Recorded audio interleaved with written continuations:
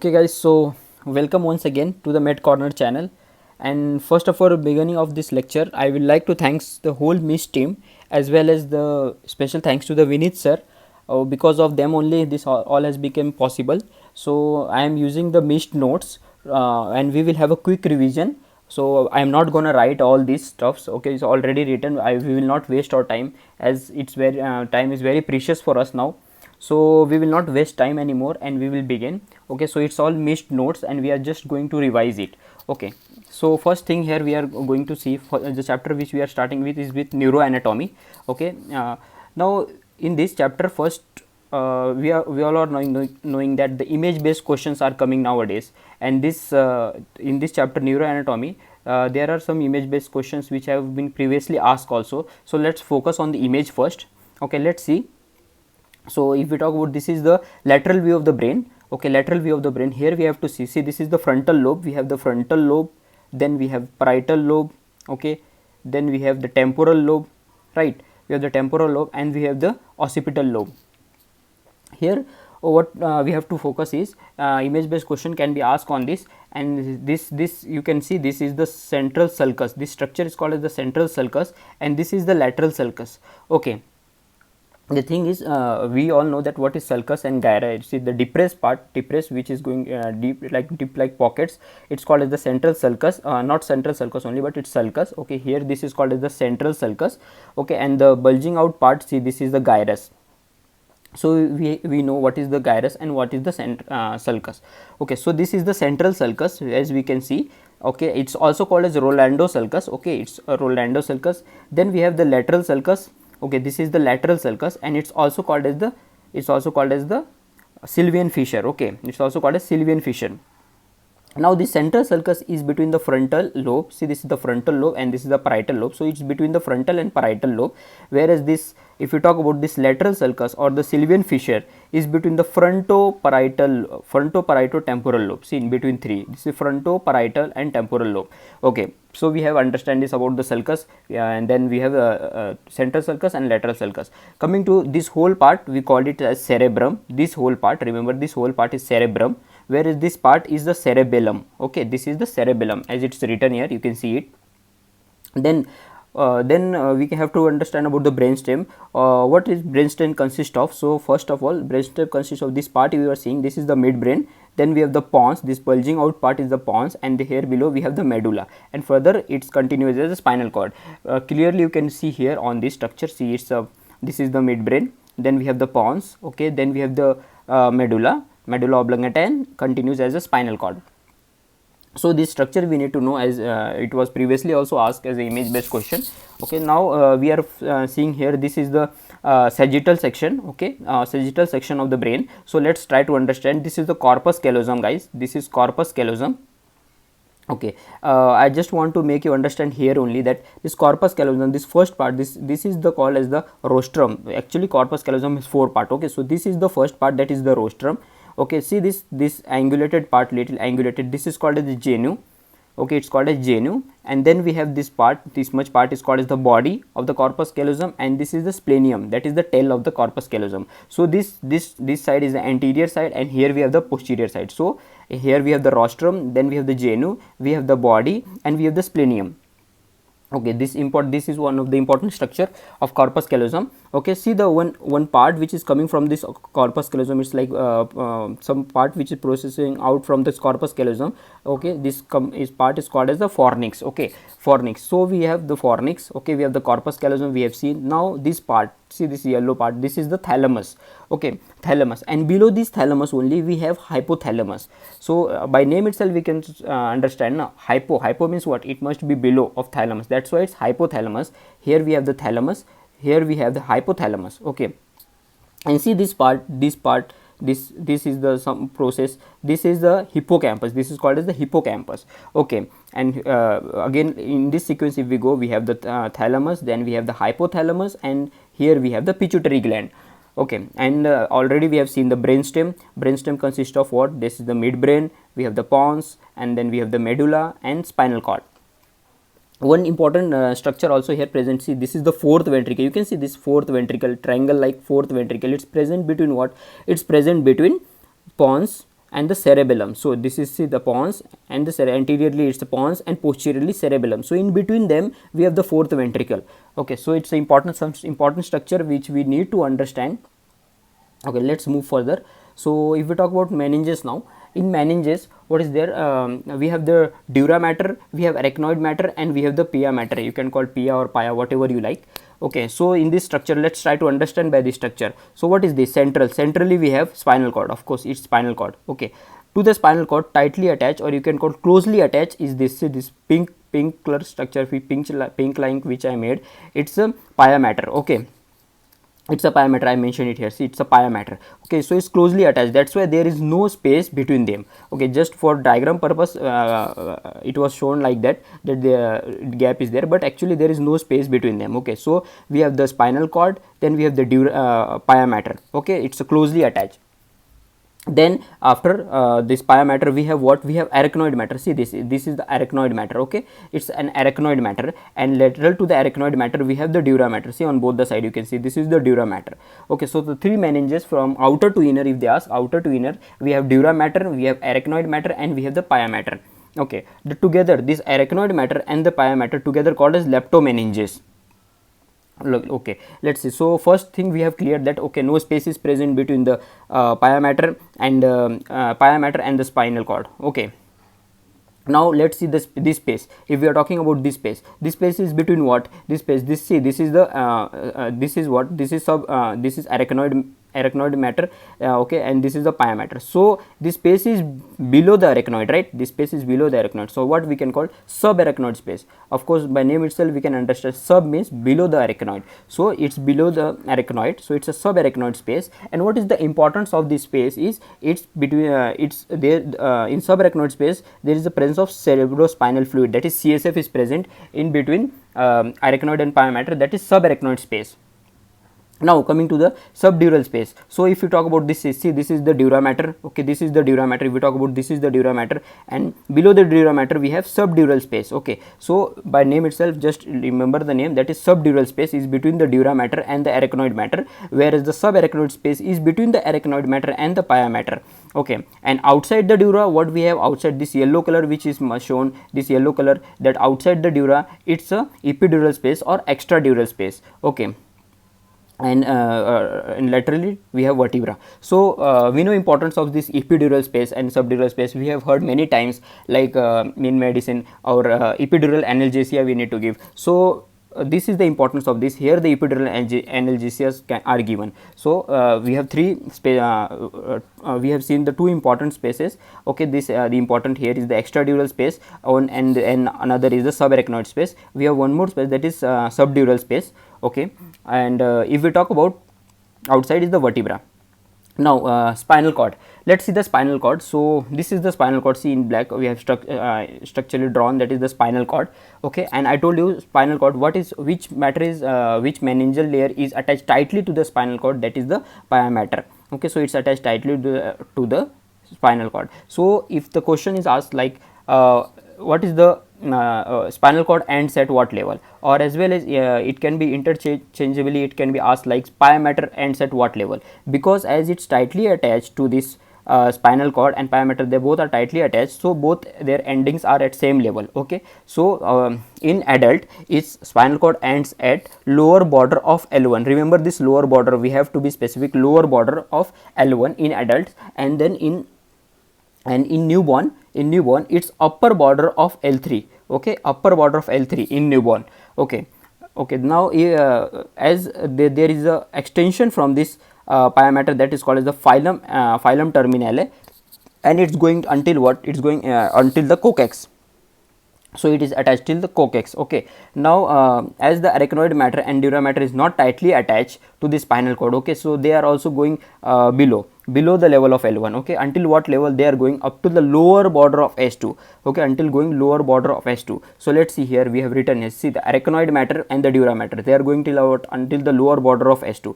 Of course, if the arachnoid matter and the dura mater is also going until the lower border of S2, so the space between them, like subarachnoid space, it is present between what? It is present between we have seen it is present between arachnoid matter and the pia matter, and the subdural space is below the dura, okay, right, between the dura matter and the subarachnoid and the arachnoid matter, right. So this space is also ending until what, at the lower border of S2. So here the important questions which can be which was asked, like previous year question PQ was spinal cord ends at the level of L1 in adult, okay, at the lower border of L1 we have to be specific. Then in newborn or neonate its upper border of L3, and if we talk about the remaining, the arachnoid matter, dura matter, subarachnoid space and the subdural space ends at the lower border of S2, okay.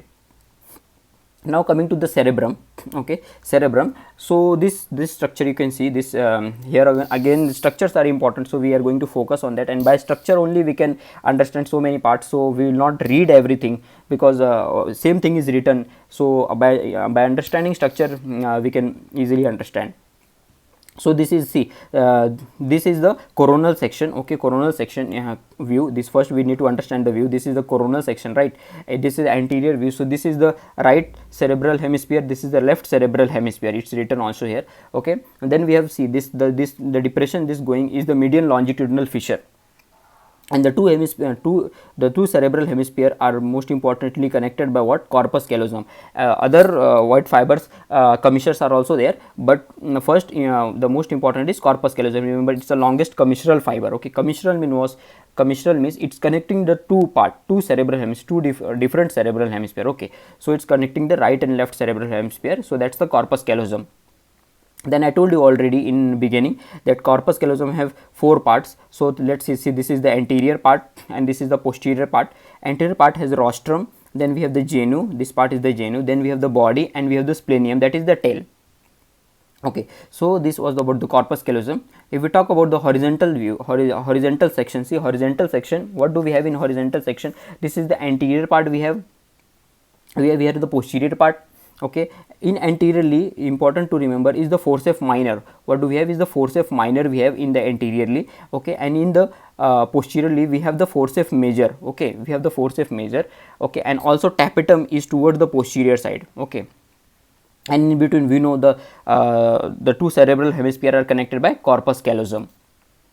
So now coming to the white matter fibers of the cerebrum. If we talk about, see, white matter fibers, one first is the association fiber. See, this is association fiber. What we can understand by its structure itself, it's connecting between the same hemisphere, okay, it's connecting some structures between the same hemisphere, that's its association fiber. And remember, whenever if they ask the names, we have association fibers names, in that it will end with fasciculus, okay, it will end with fasciculus like this, okay. Then we have the commissural fibers. Here this commissural fiber, I told you the important commissural fiber which we have seen is the corpus callosum, right. Commissural fiber, it attaching the two cerebral hemisphere, okay, two different cerebral hemisphere, okay, and the projection fiber. See here, this is the projection fiber, it's projecting long way, that's why it's called as the projection fiber. If we try to understand, see, this much part is called as the track, this much part is called as the track. So here we can remember which are the projection fibers. So first this is the track, okay, here will be the internal capsule, remember here is the internal capsule, and the part which is, see, this coming out like this projection, that radiating like, so it's called as corona radiata part, okay, corona radiata part. So here only we have seen the three important parts of this projection fiber, that is the one is this, that is the track, then we have the internal capsule, then we have the projecting part from it, that is the corona radiata, okay, and one more part will be there, that is called as the fornix, okay, that we have to understand, okay.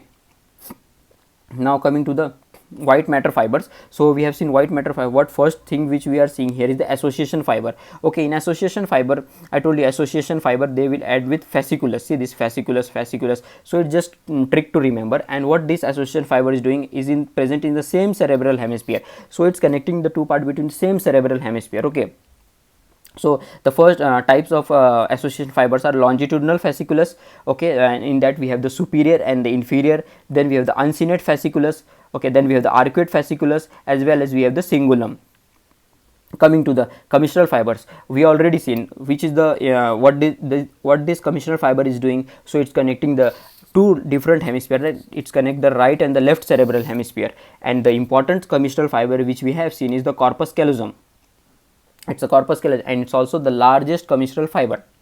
Then we have the anterior commissure, then we have the posterior commissure, then we have the hippocampal commissure and habenular commissure. So in this way we can learn like trick to remember, just trick.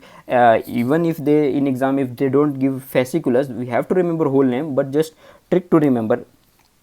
Fasciculus ending with is association fiber, then we have commissure, anterior commissure corp, then we have the posterior commissure, then we have the hippocampal commissure, then we have the habenular commissure. These are commissural fibers. Okay, then we have the projection fibers. In projection fibers, by structure itself, I told you, structure itself by by looking at structure we can remember the name. See, this is the tract. Okay, this is the tract, then we have the internal capsule, then we have the corona radiata. Okay, it's radiating part, and one more structure which we have to remember in this projection fiber is fornix. So okay, now coming to here, see, projection fibers, we have the internal capsule, we have the corona radiata, we have the fornix and the tract we have seen in the structure itself, right? Now coming to the functional areas of brain, if we talk about, we have already studied the two sulcus, that is the one is the central sulcus, right, and we have the lateral sulcus. Again we will revise. Central sulcus is present between what? It's present between the frontal lobe, this is the frontal lobe, this is the parietal lobe, right?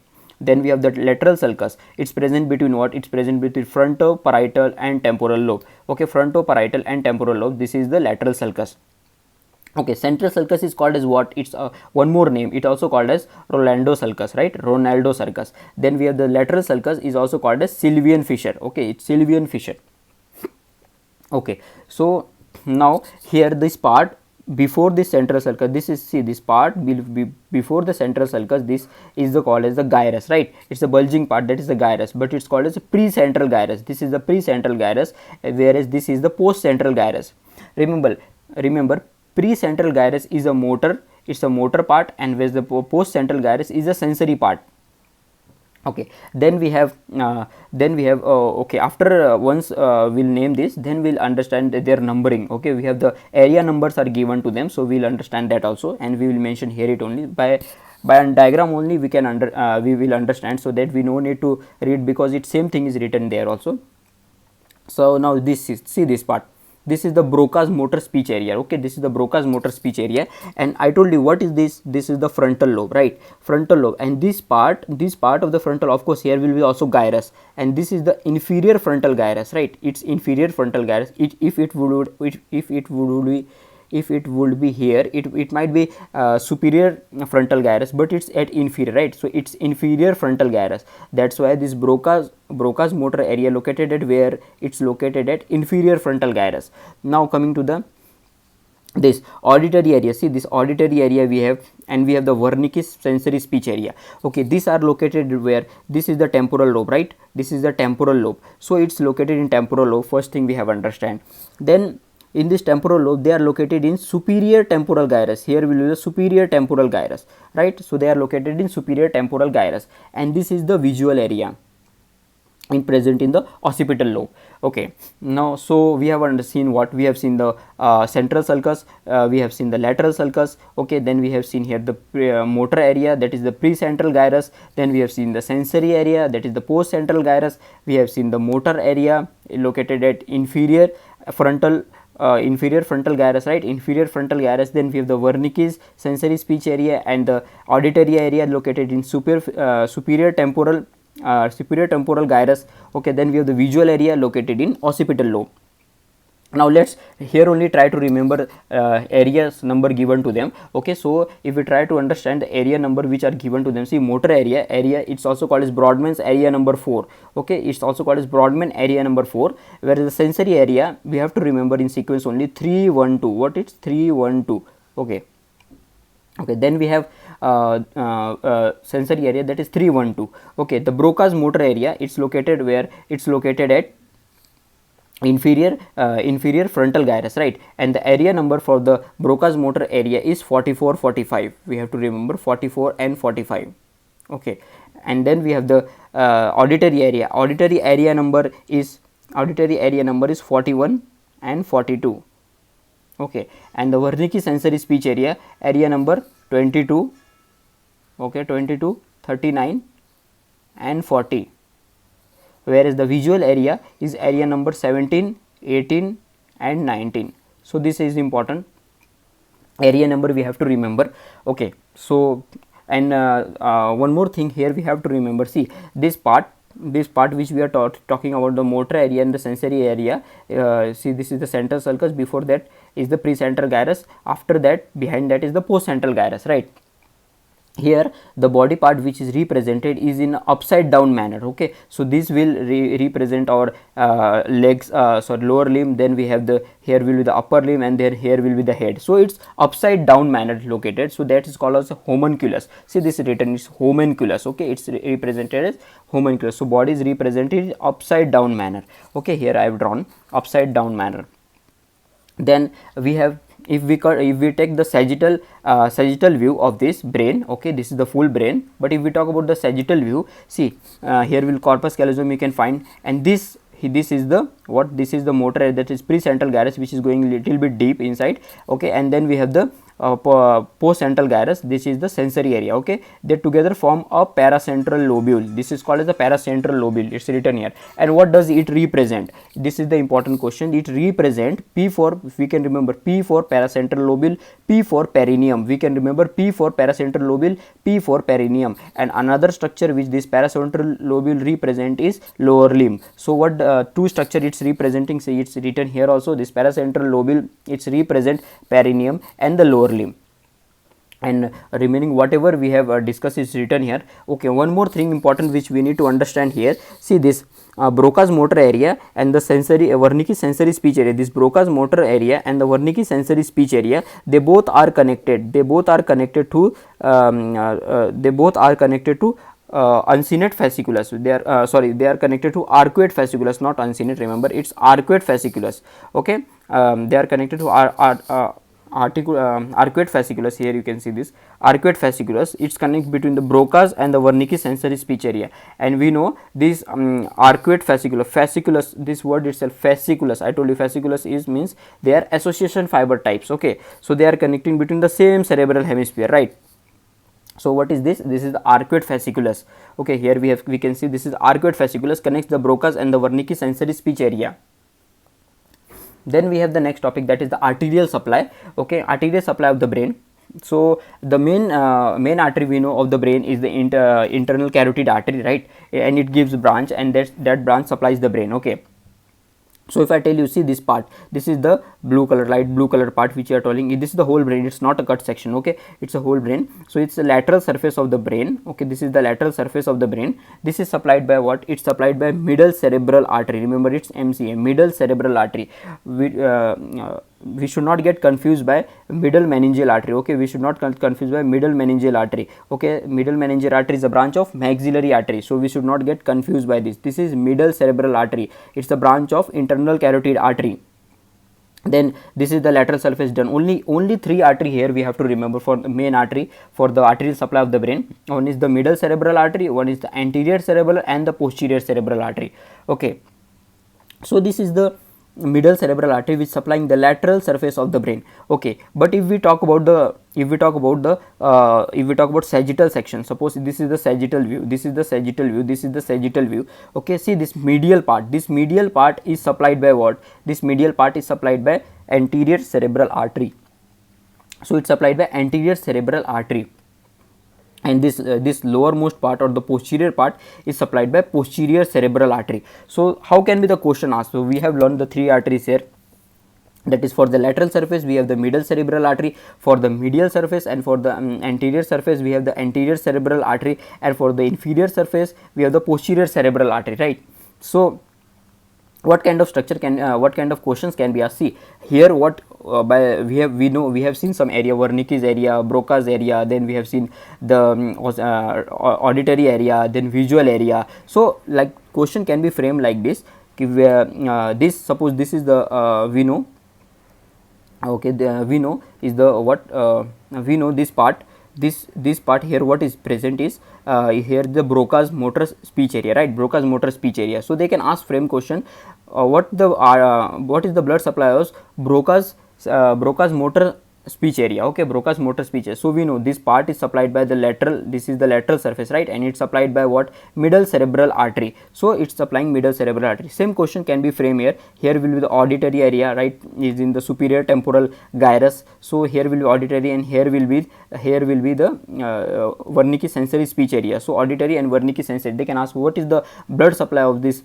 Wernicke sensory speech area and auditory area. Again, it can be middle cerebral artery. Here will be our what, here is going to be our visual area. Okay, visual area, and it's in the posterior side, see inferior side, and inferior side of this brain is supplied by what, posterior cerebral artery. So they can ask frame like this question. So like one example is here given, see, no blood supply of visual area is posterior cerebral artery. So we need to understand. So three arteries we have seen here, that is the main artery of the lateral surface is the middle cerebral artery, then we have the main artery of the medial surface is the anterior cerebral artery, and the main artery of inferior surface, here inferior surface, you can see inferior surface is the posterior cerebral artery.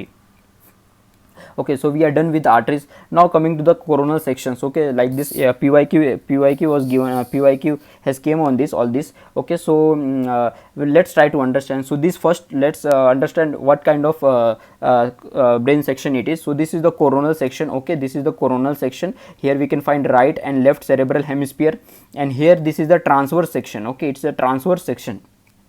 So now let's focus here. See, this is the right cerebral hemisphere, this is the left cerebral hemisphere. Okay, right and left cerebral hemisphere.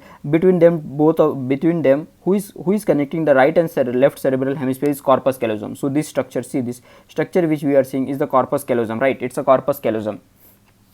Then we have the lateral ventricles. These lateral ventricles are there. Okay, this is the lateral ventricles, and remember always near to the lateral ventricles is the caudate nucleus. See, this is caudate nucleus. This blue color structure you are seeing is the caudate nucleus. Okay, this blue structure is a caudate nucleus. Okay, then we have what, then we have, see, this yellow structure you are seeing, this is the internal capsule. Okay, this is the internal capsule.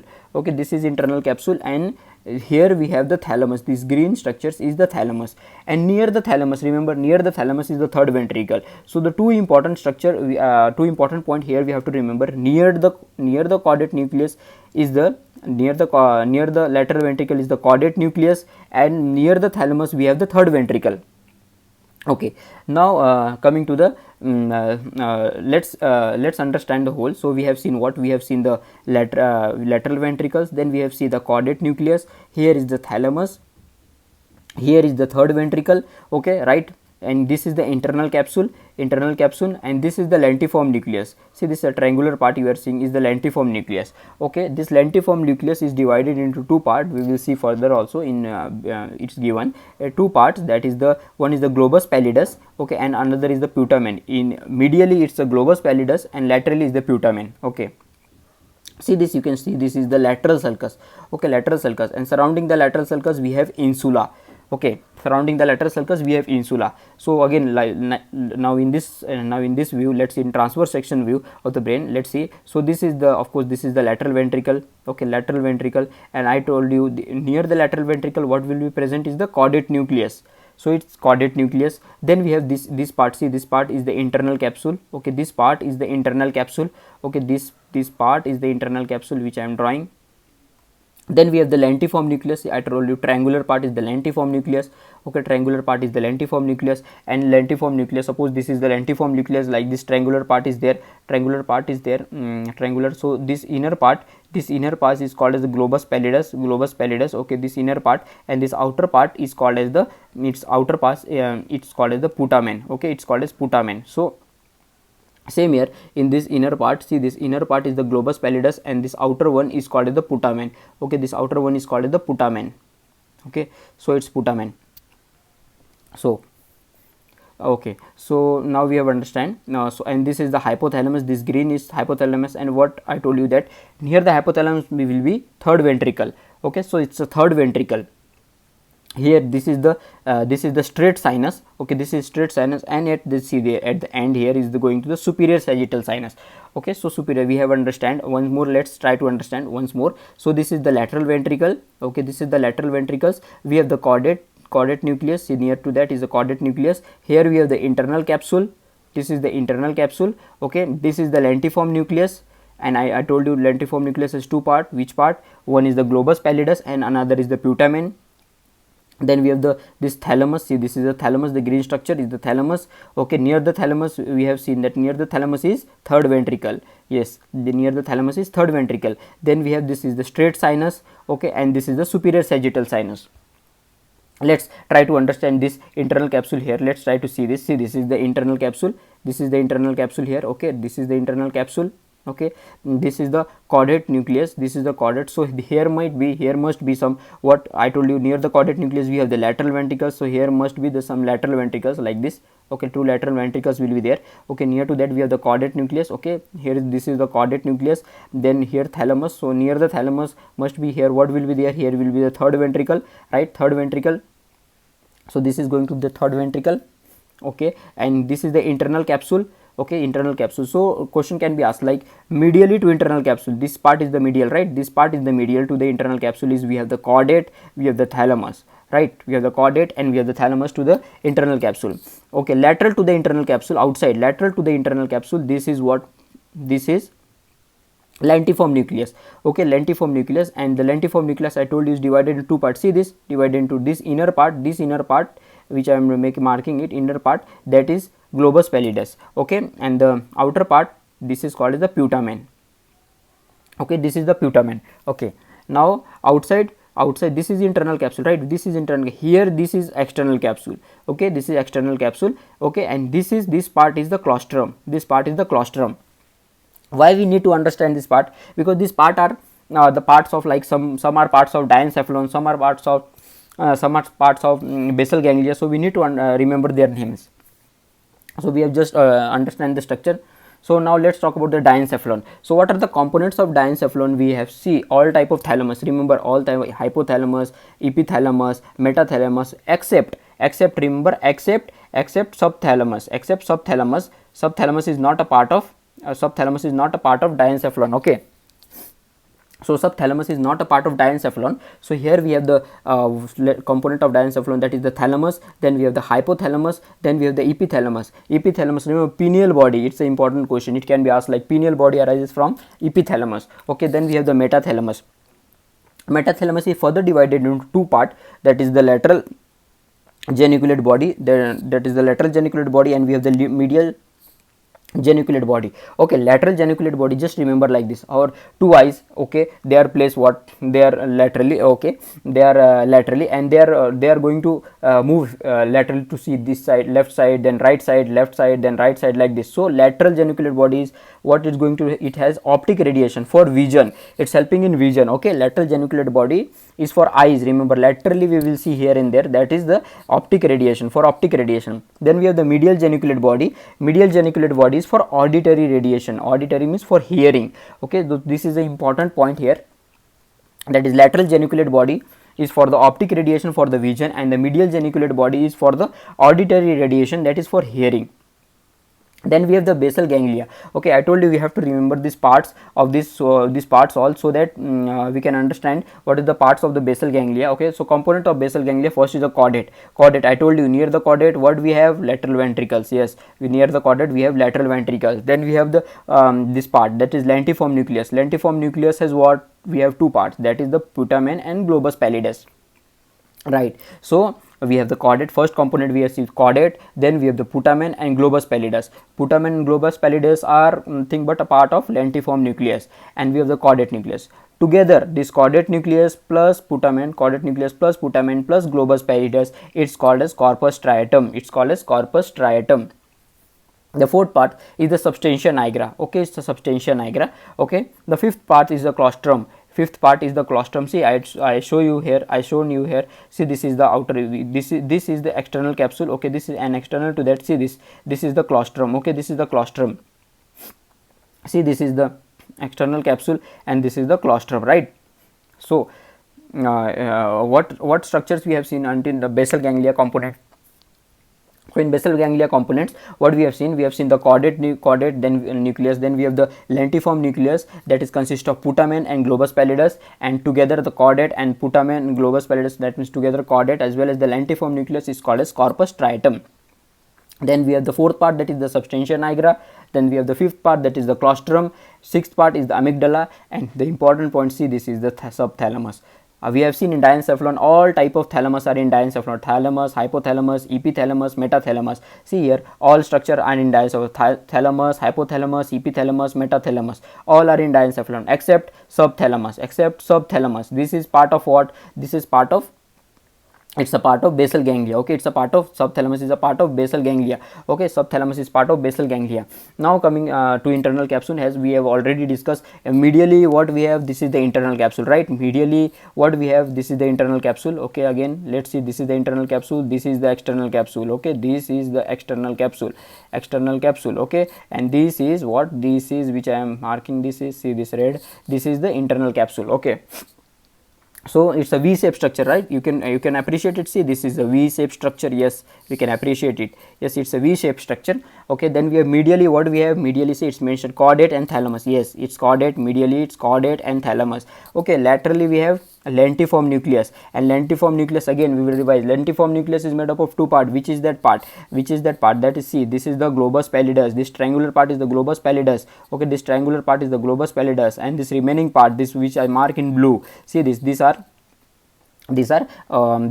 putamen. Okay, now coming to the next structure, we have the brainstem. Okay, we have the brainstem. Now brainstem, now first of all we need to identify whether this brainstem is the anterior view or the posterior view. So how we can understand whether it's anterior view or posterior view? Let's focus on pons. See, this is the pons. You can find this, if there is any roughness here, no roughness, it's just smooth, it's just smooth. Whereas see here, if you compare this, see this is the pons. Here if you find so rough, many structures are present like this, right? So this is the smooth part, or the where we can find it's the anterior view. Okay, anterior view. Anyway, you can easily find, but it's just a trick to remember. Okay, and the important thing is, what is the component of brainstem? We have already studied. Yes, the components of brainstem are midbrain, pons, and medulla oblongata, right? Okay, so now let's focus on this. Okay, so important structure here we need to remember. See this part which is marked in red, this is the pyramid. Okay, this is the pyramid, and it's present where? In the medulla oblongata. Okay, pyramid is there. Then we have, see this part at the besides the pyramid, see this is the olivary nucleus. Okay, that is the olive. Okay, here is the olivary nucleus present, this is the olive. So two important structure, again let's see, this is the pyramid. Okay, so we have the pyramid here. Okay, and deep to the pyramid, what structure is present? Remember, deep to this pyramid we have the corticospinal tract. Deep to it is the corticospinal tract. Then olivary nucleus, see here, olive part, this is the olive, okay, at the side of this pyramid is the olive. Deep to it is inferior olivary nucleus. We have inferior olivary nucleus. So two important question can be framed here. Okay, pyramid, deep to pyramid we have, deep to it is the corticospinal tract. Okay, corticospinal tract and olive, and the another structure is olive. Deep to it is the inferior olivary nucleus. Remember, it's not superior, it's inferior olivary nucleus. Okay, so if we talk about we have seen two important structure in the anterior view. Okay, we have the pyramid and we have the olive, right? Then coming to the posterior view, now I told you to find the posterior view, just focus on the pons. Okay, focus on the pons. See, you can find it so rough here. Roughness means many structures are present here. Okay, so it's not as plain as like the anteriorly. See this pons here, this side anteriorly it's plain. Okay, right, it's plain. Now coming to the here posterior view, so what we have in midbrain, we have two important structures. See, this is the superior colliculus. Okay, superior colliculus, and below that we have the inferior colliculus. Okay, these are it present in midbrain, right? In pons we have, this is pons. In pons we have, see this structure, that is the facial colliculus. This is the facial colliculus. Okay, facial colliculus. So what is the importance of this facial colliculus? We need to understand the facial colliculus which is present at pons. Okay, important to is, deep to it is facial nerve. Remember, it's not nucleus, it's facial nerve and abducent nucleus. So what is the deep to the facial colliculus? We have deep to it is the facial nerve and abducent nucleus, whereas we have seen anteriorly, in anterior view, deep to the pyramid, what was we were having? We were having corticospinal tract, and olive, deep to the olive we were having inferior olivary nucleus. Okay, so we have seen the two important structures here, that is the facial colliculus. Okay, and we have seen the pyramid in anterior view. Okay, pyramid and the olive. Okay, Now coming to the okay, one more two more structure I will like to tell you is, see, in posterior view of the medulla, oblongata, see this the medial structure which is most medial, you should remember this is gracile tubercle. Okay, this is gracile tubercle, remember this is gracile tubercle. Okay, and this is the cunate tubercle. Okay, this is the cunate tubercle. Okay, these two important structure we should remember. It can be asked as a image based question. So this is the cunate tubercle.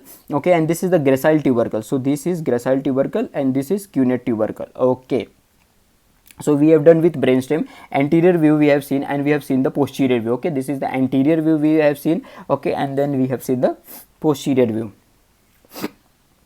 Coming to the cerebellum, in cerebellum what is there is, you can see this is the cerebellum. Okay, cerebellum part. Okay, the posterior most part, right? Inferiorly we have this. Okay, cerebellum. So this is the this part, this much part. Okay, this much part is the anterior lobe. Okay, this much part, see in this diagram which is shown, this is the cerebellum. You can understand it better. This is the anterior lobe. Okay, this is the anterior lobe, and here we have the posterior lobe. Here we have the posterior lobe, right? Posterior, and the smallest, see that posterior most, this is the flocculonodular lobe, it is the third lobe. Okay, so three lobes total we have the anterior lobe. Okay, then we have the posterior lobe, and we have the flocculonodular lobe, and both of these cerebellum hemispheres are there. They are connected by what? They are connected by vermis. See, this is the vermis, this is the vermis. Okay, they are connected by vermis. Okay, this is the vermis. Okay, so the important thing here is, remember we have the cerebellar cortex. Okay, so let's understand. See, suppose this is the our brain we have understand. Okay, our brain we have understand. Okay, in brain outerly what we were having, outer part, this outer part is what was having cortex, right? Outer part is also cortex. Okay, in cerebellum also same, outer part is cortex, and that is what, that is gray matter.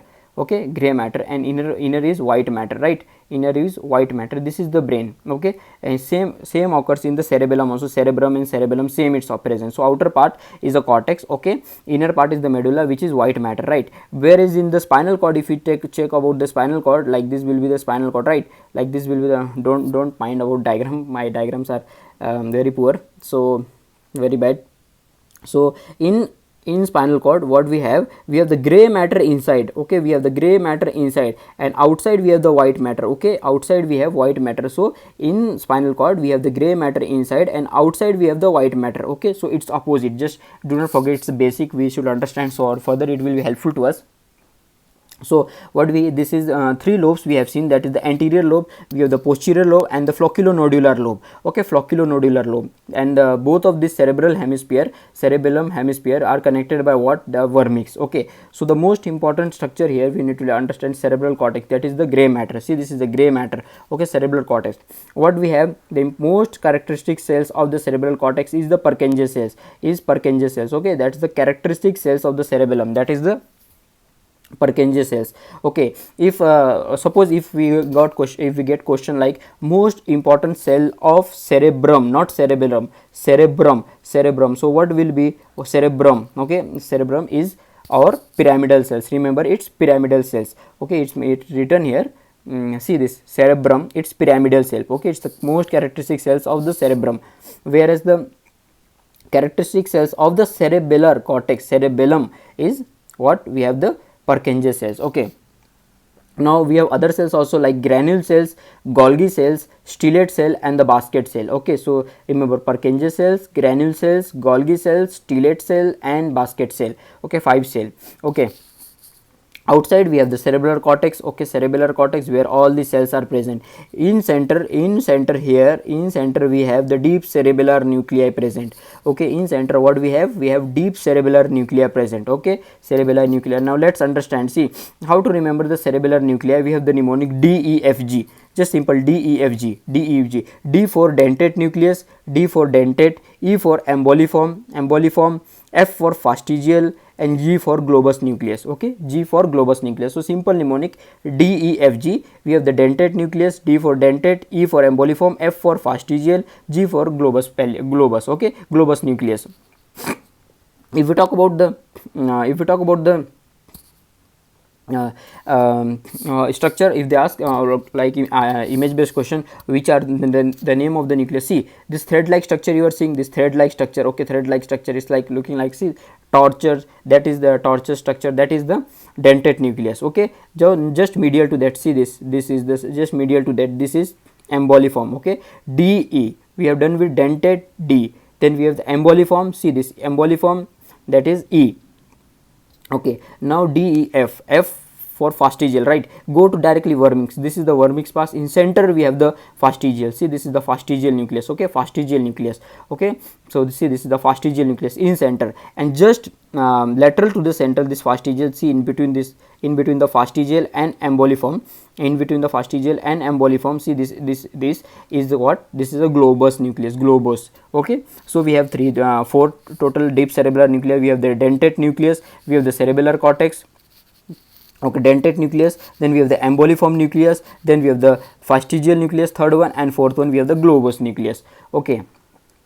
Now coming to the pathway. So if we talk about the pathway, okay, so we have seen this path, that is the cerebrum, that is pyramidal cell is the important cell of cerebrum, whereas for cerebellum it's Purkinje cells, okay. Now in pathway, we know we in pathway two important thing is afferent fiber and efferent fiber, okay. Afferent means what? Afferent, which brings it should be it brings sensation towards the brain, brings sensation towards the brain, like in Hindi we can remember A for afferent, A for aja means it will bring sensation towards what? Towards the brain, okay, that is afferent fiber. And the sensation which is taken away from the response, which is taken away from the brain, that is efferent, okay, E, okay, remember.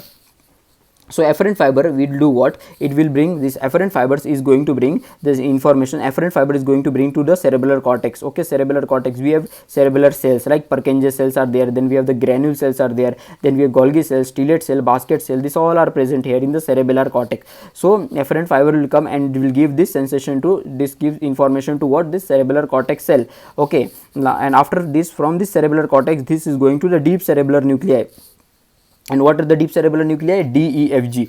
D for dentate nucleus, E for emboliform, then we have F for fastigial, and G for globus nucleus, okay. And so the efferent fiber is taken out, that is the final output is from the deep cerebellar nuclei, okay.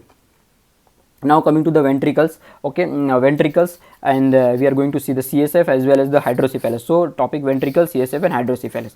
In ventricles of brain, we know, see this structure, first try to understand, see this is the lateral ventricles, right, these are the lateral ventricles, okay, these are the lateral ventricles, okay. Here this is the third ventricle, okay, this is the third ventricle we have, okay, and this is the fourth ventricle, okay, this is the fourth ventricle. So two lateral ventricles we have, okay, then we have the third ventricle, and then we have the fourth ventricle, okay, fourth ventricle.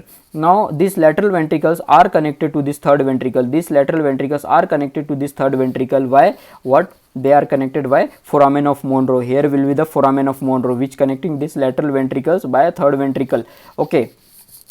Now this third ventricle is connected to the fourth ventricle, third ventricle, this is the third ventricle connected to the fourth ventricle by foramen of Magendie.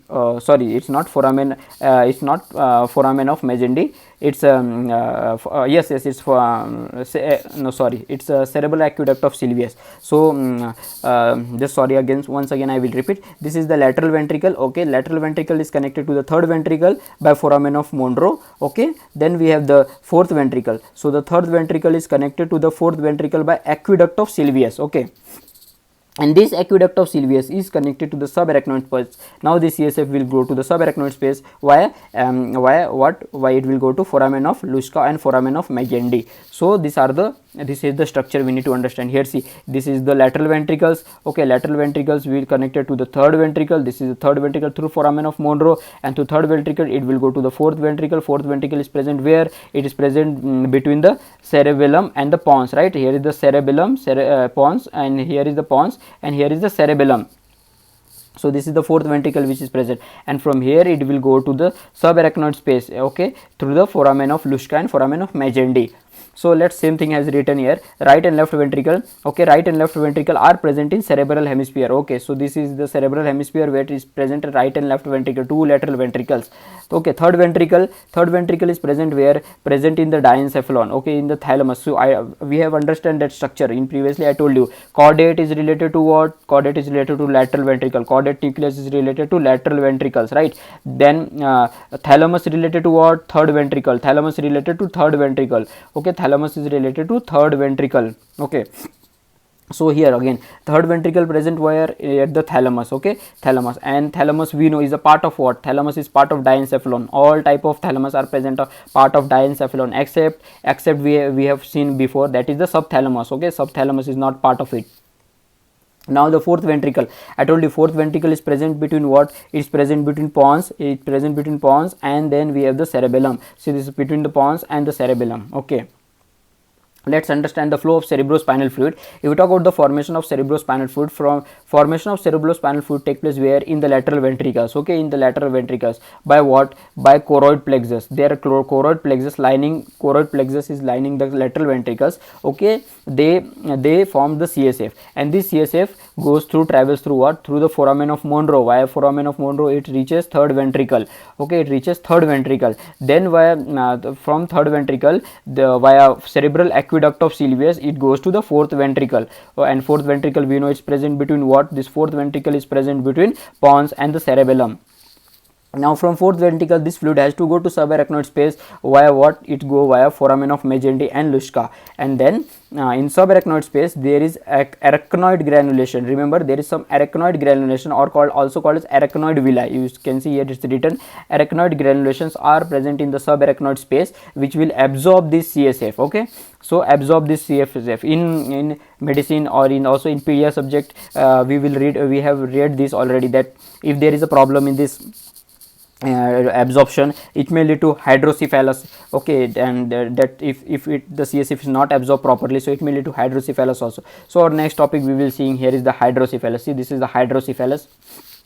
By can see by structure, hydro means what? Yes, something fluid is present. Okay, cephalus means of course head, brain. So it's present fluid in the specifically where? In the ventricles. So ventricles will get enlarged due to hydrocephalus. What is occurring? Ventricles will get enlarged, and what fluid is present in ventricles? We know it's CSF. Now what will be the signs and symptoms of this hydrocephalus? We will have the disproportionate enlarged head. Okay, disproportionate, remember it's not proportionate. Here keyword is disproportionate enlarged head. So you can see this structure here is disproportionate enlarged head is there. Then we have the anterior fontanelle. You can see this anterior fontanelle. Okay, this is enlarged and tense. Okay, this anterior fontanelle is enlarged and tense. And then the prominence. Okay, yes, of course you can see this is a prominence. So by seeing structure only you can tell easily. So of course it's disproportionate, it not proportionate. Then there is an anterior fontanelle. This is the anterior fontanelle. You can find it's enlarged and it's also tense. Then prominence is there of the forehead. Yes, prominence is there of the forehead. Coming to the arterial supply of the brain. Okay, before understanding, let's see the structure of this arterial supply of the brain. I told you the important artery which is supplying the brain is internal carotid artery. This is the internal carotid artery. See, which I mark in red. This is the internal carotid artery. Okay, this is the important structure, important artery which is supplying the brain. Other arteries are also present. Okay, let's see from below we will start. See, this is the vertebral artery. Okay, vertebral artery. Okay, right, the two vertebral arteries there, right and left. Okay, so this is the right vertebral artery and the left vertebral artery. Okay, they join to form what? They join to form basilar artery. See this yellow structure. Okay, yellow structure, this is the basilar artery. Okay, so we have the vertebral artery. This is the vertebral artery, the first vertebral artery and the second vertebral artery. Okay, I written as VA. See, it's a VA. Okay, it joined to form the basilar artery. Okay, it joined to form the basilar. This is the yellow structure. Okay, and then the some branches comes from the internal carotid artery, and they together join and form the circle of Willis. Okay, to supply the brain. So we will we'll see. Okay, first let's see the branches from this vertebral artery. Okay, let's try to understand branches from this vertebral artery. See, the most important branch is this pica. What is pica? Is posterior inferior cerebellar artery. Remember, it's cerebellar. Okay, it's not cerebral artery, it's posterior inferior cerebellar artery. See here one more. So there are two posterior inferior cerebellar artery from two vertebral artery, right? Okay, then we have one more branch is coming. See, green structure I have drawn. See, this is the green. Okay, that is the posterior spinal artery. Okay, that's the posterior spinal artery. So we have the two posterior spinal artery, we have the two vertebral artery, and we have the two pica, right? Two pica, that is posterior inferior cerebral artery. Two here, until there, two there. Only one, what is here point to remember, only one anterior spinal artery we have. Only one anterior spinal artery we have. Only one anterior spinal artery. So let's revise again what we have seen. We have the two vertebral artery, right and left vertebral artery. Okay, the lateral to that, what branch is first branch of this vertebral artery which is coming is the pica, that is posterior inferior cerebellar artery. Okay, and we have the posterior spinal artery. See, this posterior spinal artery, that is also two, because two vertebral artery, but only we have one anterior spinal artery, and that is in the middle line, right, in middle. Okay, coming to the basilar artery, we have basilar artery. See, the branch of first branch is what, this is the ica. We have seen the pica is coming from what, pica is from vertebral artery. Okay, pica, whereas ica, anterior inferior cerebellar artery. Okay, anterior inferior cerebellar artery, the first branch. Then we have the this four branches. See, this is the actually this branch which is not mentioned here. Remember it, this is labyrinthine artery. Okay, labyrinthine artery. Okay, labyrinthine branch, you can call labyrinthine branch. Okay, labyrinthine branch. Okay, so this is the labyrinthine branch. Okay, most of the books also mention that this labyrinthine artery is a branch of directly from this ica. Okay, directly from ica, like this they show, like actually it's coming from like this here. So they most of book mention it, but whatever or we have read by this, most of the books we have which we have read is the direct branch from basilar artery. Okay, then we have these four branches, you can see 1 2 3 and 4. These are the pontine branches, 1 2 3 and 4. These are the pontine branches. Okay, so which are the branches of the basilar artery? First is the ica, that is anterior inferior cerebellar artery, is the first branch. Then we have the labyrinthine second branch. Then we have the four pontine branches, that is the third branch. Okay, and then we have this, see this branch, you can see this is branch, this is superior cerebellar artery. Until now till now here all are cerebellar. Remember, cerebellar, not cerebral. Okay, after the superior cerebellar artery we have one more branch. Okay, see this one more branch, that is posterior cerebral artery. Now here we might get confused. It's, remember, this is cerebral. Okay, until below until this, below this, until below posterior cerebral artery all were cerebellar, right, cerebral. But here now we have the posterior cerebral. Now all will be cerebral, right, anterior to this all will be cerebral. Now we have seen these branches. Okay, now let's see internal carotid artery branch. This is the internal carotid artery, right. Okay, internal carotid artery. Okay, the first branch of internal carotid artery, can you see this, can you see this branch, can you see this branch? Yes, can you see this? Yes, can you appreciate this branch? Okay, this is ophthalmic artery. Okay, this is ophthalmic artery. Okay, remember, ophthalmic artery branch. Okay, first, then we have, can you see this? Okay, this one more branch is, that is anterior choroidal artery. Okay, that's anterior choroidal. So the first is ophthalmic artery, then we have the anterior choroidal artery. Okay, and then we have the posterior communicating artery. See this posterior communicating artery. Okay, this is posterior communicating artery. Okay, fourth branch, see this is the anterior cerebral artery. It's going anteriorly, right, so we are giving anterior cerebral artery. Okay, anterior cerebral, and this, see this is the middle cerebral artery. It's the middle cerebral artery. I told you in brain part it was supplying the lateral surface of the brain, right, lateral surface of the brain, that is the middle cerebral artery. Okay, now between these two anterior cerebral artery, which we are seeing anterior cerebral artery, we have one artery which is joining these two anterior cerebral artery. You can see here it's joining to anterior, that is anterior communicating artery. Okay, so this is the anterior communicating artery. Okay, now we have here, we have the posterior communicating artery here. Okay, so if we get a question, circle of Willis, this forms the circle of Willis. Remember, this part forms the circle of Willis. Circle of Willis is formed by what? Okay, so let's mark the structure. Okay, let's mark structure. So this, see, this is the first part. What is this part? Okay, what is this part? What is this part? This is what? Posterior communicating, right, posterior communicating artery. Okay, posterior communicating artery we have. Okay, now let's talk about this part, upside, it's going anteriorly. So okay, this is the anterior cerebral artery, right, anterior cerebral artery, we have anterior cerebral artery. Okay, now to these two artery, anterior cerebral artery and posterior communicating artery, what which other arteries are joined, let's see. Okay, so this is the anterior communicating artery which helping in connection between the two anterior cerebral artery. Okay, so the third structure is this. Okay, third structure is going to be this. Okay, and then we have the this fourth structure. Okay, that is the what this is the posterior cerebral artery. Okay, this is the fourth structure.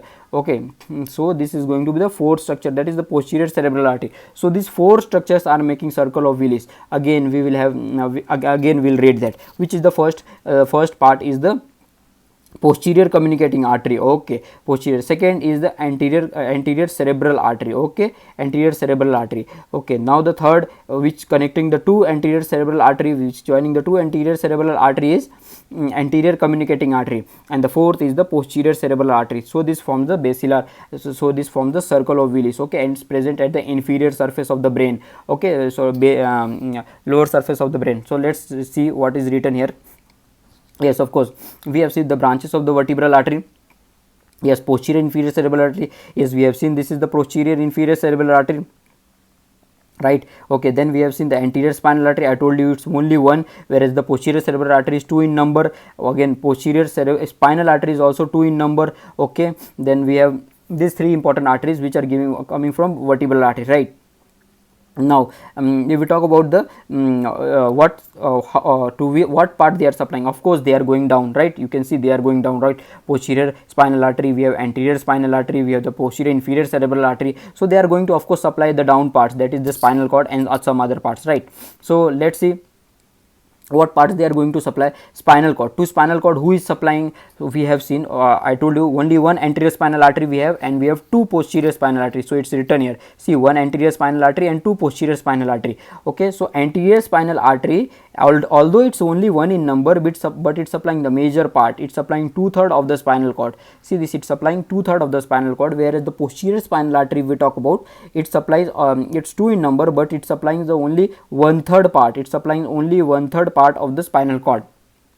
Okay, so we have seen the two important which are supplying the spinal cord. So important question here, it can be spinal cord is supplying by anterior spinal artery and the posterior spinal artery. Okay, if we have to be specific, the anterior spinal artery supplies anterior 2/3 of the spinal cord. Okay, anterior 2/3, remember anterior, so it's supplying anterior 2/3. It's posterior spinal artery, so it's supplying posterior 1/3 of the spinal cord.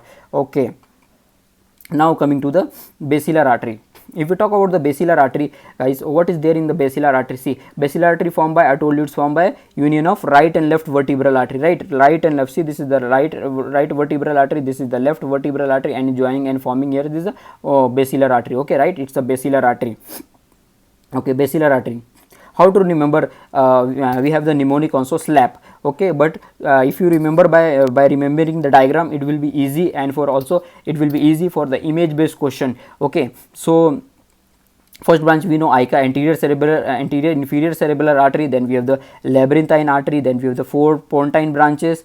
We have the superior cerebellar artery, and we have the posterior cerebral artery. It's cerebral. This point we have to understand here is cerebral, not cerebellar. Okay, so again we see the superior cerebellar artery, labyrinthine artery. Yes, we have the anterior inferior cerebral artery, we have the pontine arteries, and we have the posterior cerebral artery, right?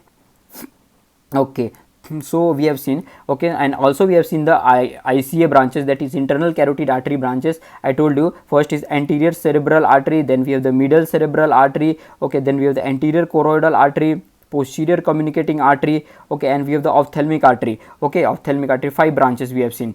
Now circle of Willis is formed by what? Here important thing we need to understand, circle of Willis is formed by these 4 artery. I told you anterior cerebral artery, anterior communicating artery, right? It's anterior communicating. Why it's called communicating? Name itself it's telling, na, right? Because it's helping in communication between 2 artery. Which 2 artery? 2 anterior cerebral artery, right? This 2 anterior cerebral artery, it's helping in communication by anterior communicating artery. So okay, so 2 artery done. Then we have the posterior cerebral artery. Okay, posterior cerebral artery, it's helping in what? And we have the posterior communicating artery. So we have to remember these 4 arteries, and where this circle of Willis is formed, it's formed at inferior aspect of the brain. Okay, we have seen, we already understand it by a diagram. Same thing is written here.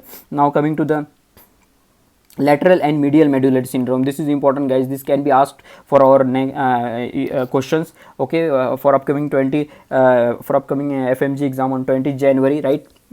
So Let's not leave it, we will read this. Okay, lateral medullary and medial medullary syndrome. Okay, lateral medullary syndrome is also called as Wellenberg syndrome. Okay, Wellenberg, remember lateral you have to remember how to, one trick I will give you. See, in Wellen, double N, LL lateral, LL for lateral, here also lateral, here lateral. So we have to remember it's lateral medullary syndrome is also called as Wellenberg syndrome. Now, and medial medullary syndrome, see, name itself telling is something medial. Okay, so we will understand it by some trick, we will use our logic. Okay, let's see the diagram. We have this vertebral artery, right? Vertebral artery is giving two lateral branches. See here, can you see in structure two important lateral branches, pica, and what is our disorder which we are reading? Lateral medullary syndrome, also called as Wellenberg syndrome, of course. So it's going laterally, right? It's going laterally, that means this artery will be involved in that. Okay, so we have understand pica is involved in lateral medullary syndrome. Okay, and they another syndrome which they told us is about the medial medullary syndrome, right? Medial, and which is the artery for most medial? Of course, it's the anterior spinal artery. So by logic, if we have understand the diagram, we can easily understand it. Okay, lateral, which is going lateral, is pica, and it's because of pica we are getting lateral medullary syndrome, that is posterior inferior cerebellar artery. Then we have the most medial is what? Most medial is anterior spinal artery. So we are getting what? We are getting medial medullary syndrome. Okay, so let's come here, lateral medullary syndrome or the Wellenberg syndrome. Okay, see, I told you most lateral is what? Lateral is what? Posterior inferior cerebellar artery. So it's due to occlusion of posterior inferior cerebellar artery.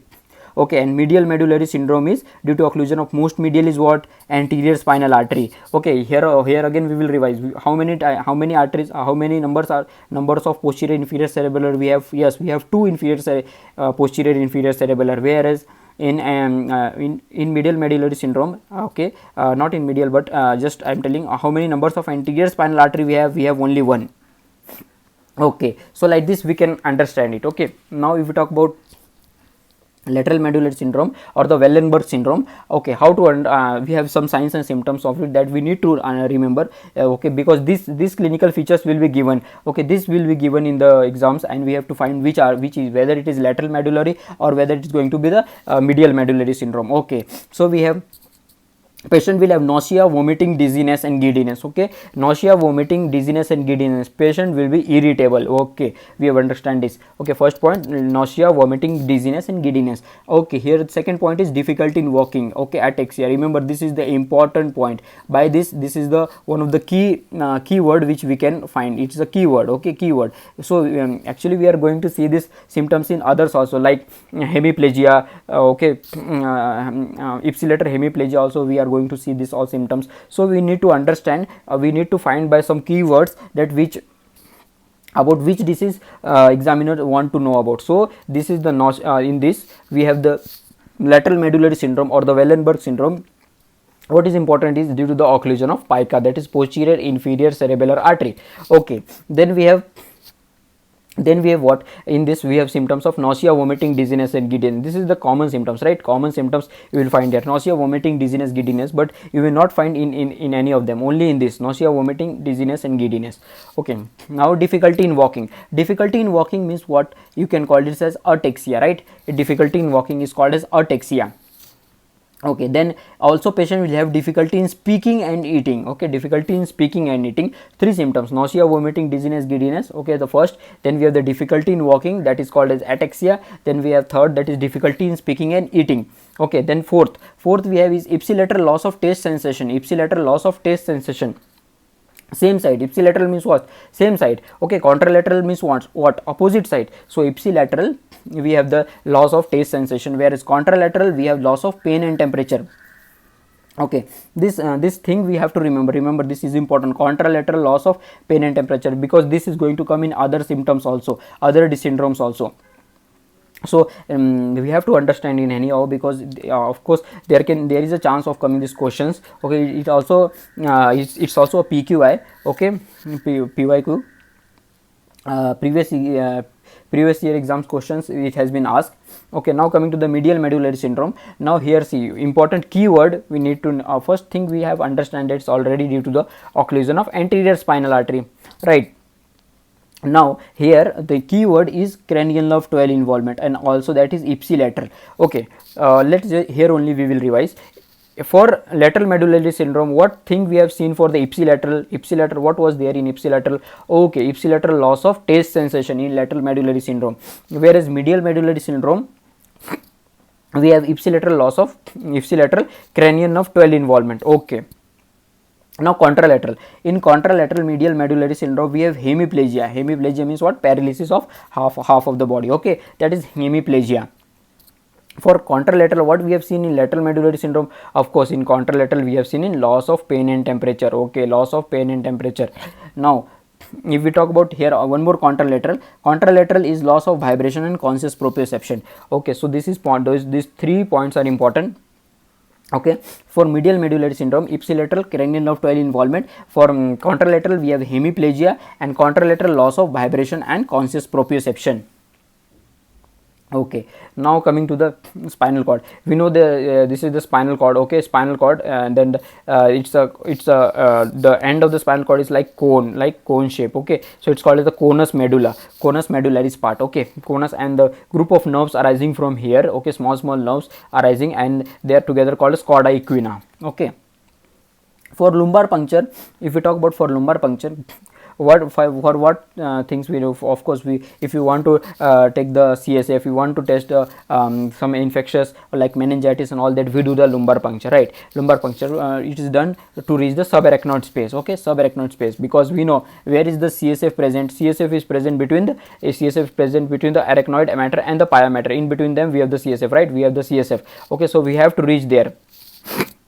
So to reach the lumbar puncture, we have doing to reach the subarachnoid space. Okay, it's done at the specifically special question can be asked here is that junction, done at the junction of L3 and L4. Remember this question. Okay, it's done at the junction of L3 and L4.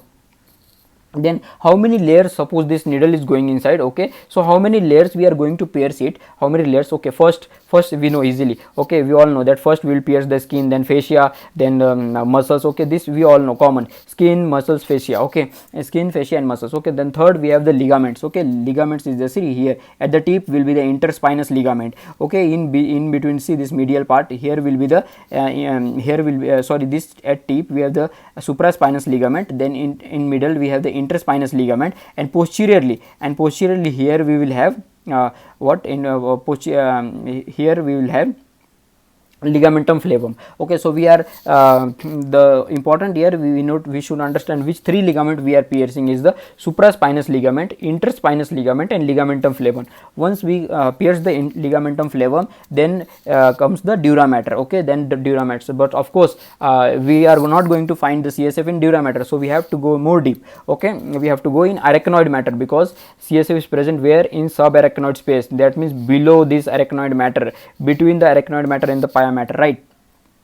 So we have to pierce the 7 layers, that is the skin and the fascia, then we have muscles, then we have to pierce the supraspinous ligament, then we have the interspinous ligament, ligamentum flavum, dura mater and arachnoid matter, right? Then we can take the fluid CSF. Now for the therapeutic and diagnostic purpose, of course, what does this mean? Like for giving the epidural analgesia, or for the therapeutic purpose of epidural space, we have to go until the epidural space only. Okay, right, until epidural space. So where this epidural space is present, it's outside the dura. Okay, so we do not need to pierce the dura mater. That means we have to go until what? We have to go until this 5 structures only, that is skin, fascia, muscles, supraspinous ligament, interspinous ligament and ligamentum flavum, right? Until these 5 structures only we have to go for epidural space. Okay, now coming to the ascending tract and descending tract. Okay, before understanding this ascending and descending tract, we should understand this structure. Okay, if we understand this, it will become easy for us. Now let's focus on this diagram. First of all, try to understand what is anterior and posterior. So this, you can see this mark, it's an anterior part. Okay, and it's the posterior part. If it's not marked also, you can see here it's going little deeper, so it's going little deeper here. Remember this space here, you see this space is going little, this cleft is going little deeper. Okay, that's the anterior part. In this way you can find, and here is the posterior part. Okay, now if we talk about anterior and posterior once done. Okay, the blue structures we are seeing, the blue color structure, see this blue color structure, that are ascending track. What are they? Ascending track. Okay, this is what spinal cord. Okay, it's the spinal cord, right? It's the cut section of spinal cord, right? Okay, then we have these blue structures are ascending track, and this red are descending track. Okay, these reds are descending track, this red are descending track. Okay, now ascending is for what? We know ascending afferent. What afferent is doing? Taking signals towards the what? Taking signals toward the brain. It taking signals toward the brain. Okay, so it has to be sensory. So this ascending tracks, all blue tracks are sensory, whereas if we talk about this descending track, these are red in color. Okay, these descending tracks are bringing the sensation from brain towards the spinal cord. Okay, so these are motor. Okay, so here we have we understand that three, that is the anterior part and the posterior part. Okay, then we have understand the dorsal column, this is the dorsal white column, which is the ascending part. Okay, here we have blue, see this blue color, all just remember blue color, these are all ascending parts. Okay, okay, now we will understand this one by one. Okay, and this red part is the descending part.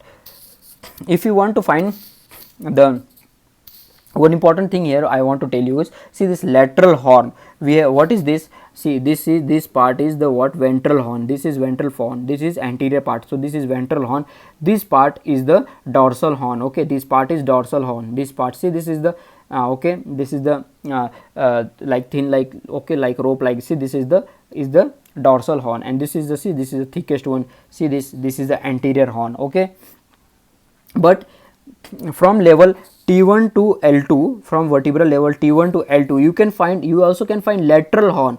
We know the two horn, that is the ventral horn and the dorsal horn. Okay, this is the ventral horn and this is the dorsal horn, but one more structure is present, that is the lateral horn, one more horn. See here you can find it, lateral horn is present, but it's present in until what vertebra? It's present between T1 and L2 only. So we need to understand that it present between just T1 and L2 only. Now all this blue color, what I am telling, this ascending track, and the red color are descending track, right? Now coming to the first, this dorsal column. In dorsal column, see posteriorly, that is the dorsal here. Okay, in we have the dorsal white column, see this is the dorsal white column. Okay,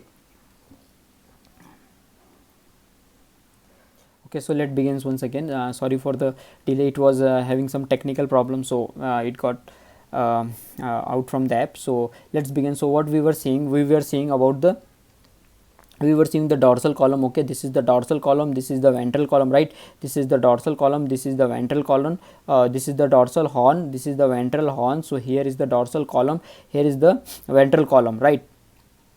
So whatever the blue mark structures, what are these? So these are the ascending tracks. Okay, these are the ascending tracks. Okay, if you see the red structures, the red color structure, these are marked, these are the descending structures.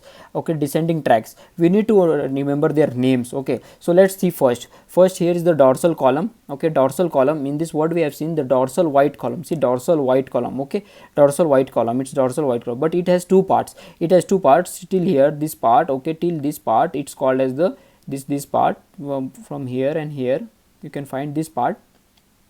Okay, this red part is called as the fasciculus gracilis. Okay, fasciculus gracilis, whereas the remaining part, this remaining part is called as the fasciculus cuneatus. Okay, it's fasciculus cuneatus. So the two parts here in the dorsal white column we have seen, that is the fasciculus gracilis, and we have the fasciculus cuneatus. Okay, now coming to the spinocerebellar, see this is the spinocerebellar. Now this part, this is also ascending track, but this is the name is spinocerebellar track. But see this, it has two part, it has one part this, and this is another part. Okay, so this is toward the dorsal column, right?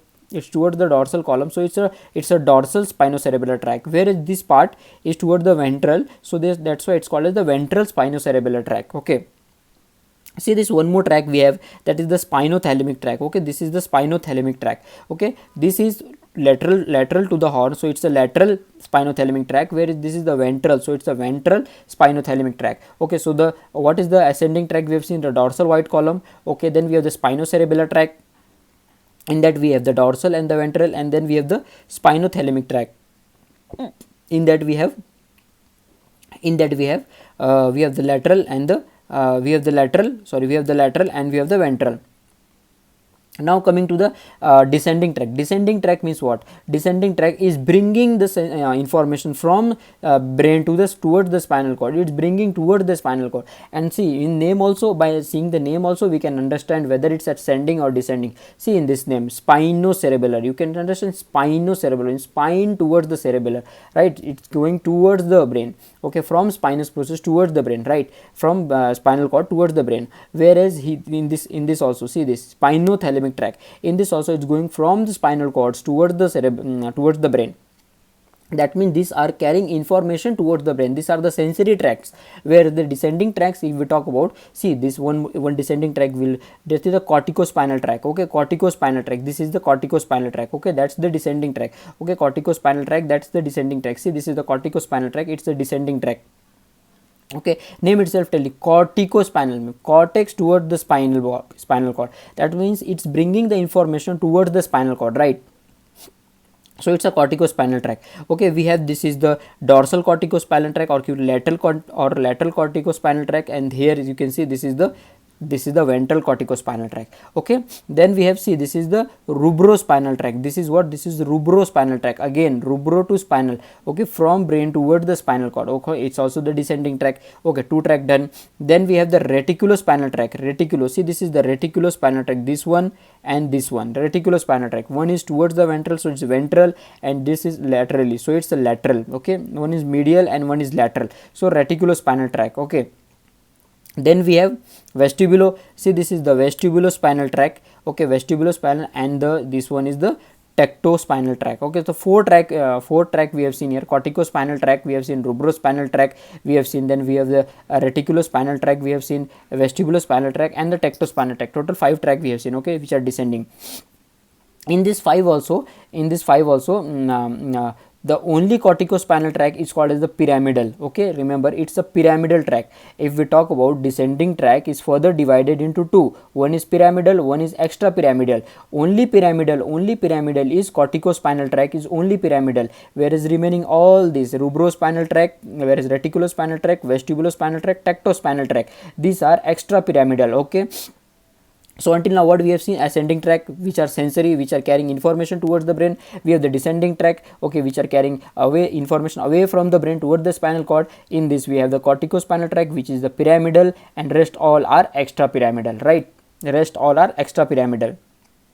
Okay, remember now, let's see, there will we have the neuron from periphery to the spinal cord with the first order neuron. Then in spinal cord we have the second order neuron, and from spinal cord towards the brain, that is cerebellum, that is third order neuron, okay, third order neuron. Remember, these 3 order neurons are 3 neurons, first order, second order, third order, are present in ascending spinal tracts, okay, ascending tracts, not in descending tract. In descending tract only one single neuron we have, it's only carrying, okay, whereas in the ascending tract we have 3 neurons total, that is the first order neuron, the second order neuron, and the third order neuron, okay. Okay, now let's see one by one. First we'll talk about the descending white column, okay. See the descending column, okay, that is the dorsal dorsal white column, okay, that is the dorsal white column, that is the ascending tract, okay. Okay, now the first, okay, I told you, it is divided into 2 parts. We have the 2 part of it. One is what? One is the fasciculus gracilis, and other is the fasciculus cuneatus, okay. Now coming to the, what does it carry? It does, okay, about sensation we are talking about. Let's talk about sensation of this also, descending tract also. In image only we will here try to understand. So remember, this corticospinal tract is there, corticospinal, which is pyramidal, okay, pyramidal, which is dorsal spinal tract. It's carrying what? It's carrying the information which is voluntary or skilled. Voluntary skilled information is carried by what? Corticospinal tract, okay. So what its function is to maintain what? Or voluntary or the skilled motor functions, okay. Whereas remaining extra pyramidal, whereas rubrospinal tract, reticulospinal tract, then we have the vestibulospinal tract, tectospinal tract, these all are making what? This all function is for autonomic, remember, autonomic autonomic motor functions, okay, which is voluntary corticospinal tract, where these remaining are involuntary. Okay, now we talk about ascending track. First we are talking dorsal white column. So the dorsal white column, what sensation it carries? Fine touch. Remember, it carries fine touch and vibration, and also conscious proprioception, tactile discrimination, and stereognosis. Okay, so total 5, that is fine touch, vibration, conscious proprioception, tactile discrimination, stereognosis. If we try to understand its diagram, see, this is the dorsal column, first order neuron. This is the first order neuron, dorsal root ganglion.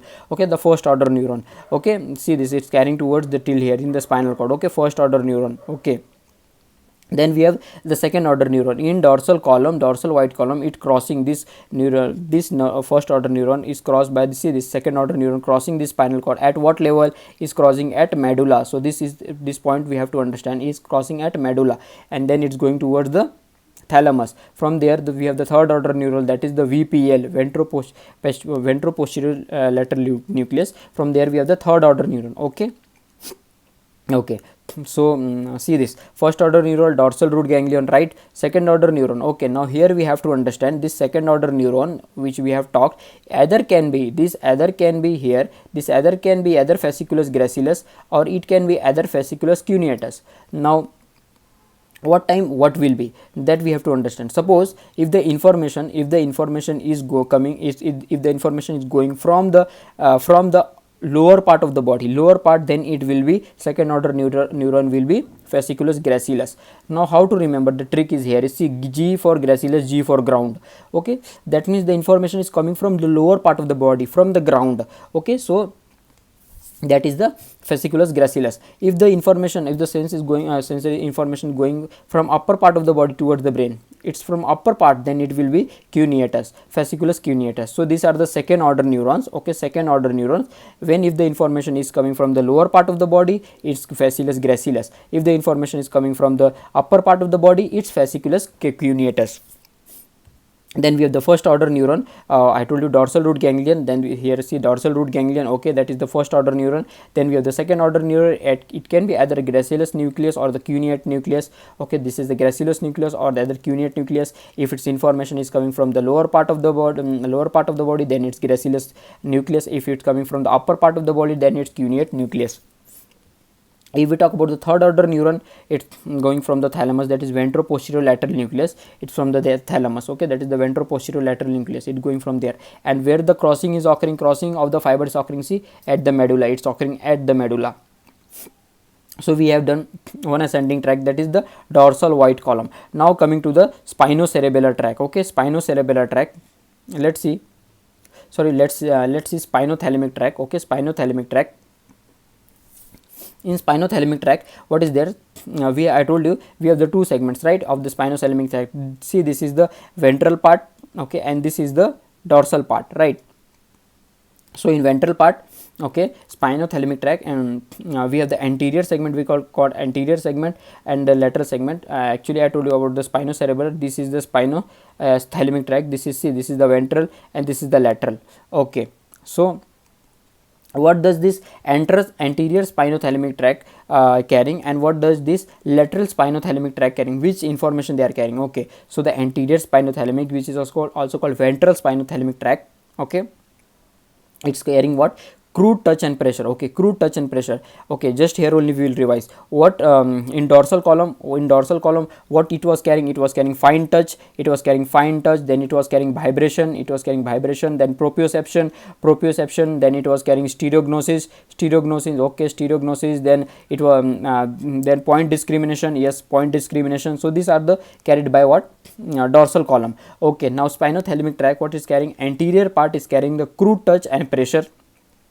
Okay, lateral spinothalamic tract is carrying the pain and temperature. Okay, lateral is carrying pain and temperature. Here the first order neuron, see this, here is the first order neuron. Okay, and here the crossing is occurring at the spinal cord only, whereas in dorsal column we have seen the crossing was occurring at the level of medulla, right? But here the crossing is occur at the level of spinal cord only.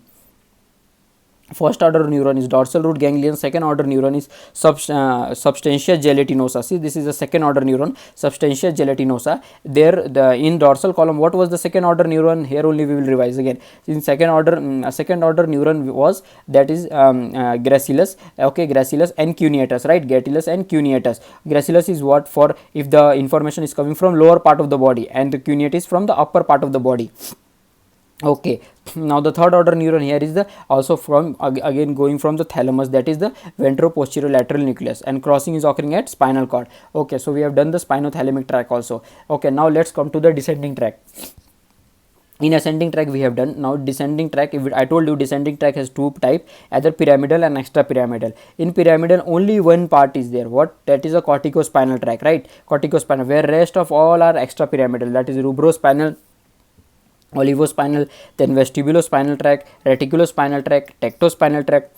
By name itself we are understanding, right? That is rubrospinal, that from brain toward the spinal cord. See this last word, spinal, here also spinal, spinal, that means coming from brain toward the spinal cord. That means it's descending tract. In other way it is a motor tract, right? In other way it's a motor tract. Okay, but in them descending tract, I told you there is no first order, there is no second order, there is no third order, only single nerve fiber is going. See, this is single nerve fiber is going, right? This single nerve fiber is coming from upside down, see, upside down, right? Okay, but the crossing occurring where? Crossing is occurring at the, see, at the medulla, see, at the where occurring at the lower border of medulla. Remember, lower border of medulla. Okay, okay, and supplying the muscle.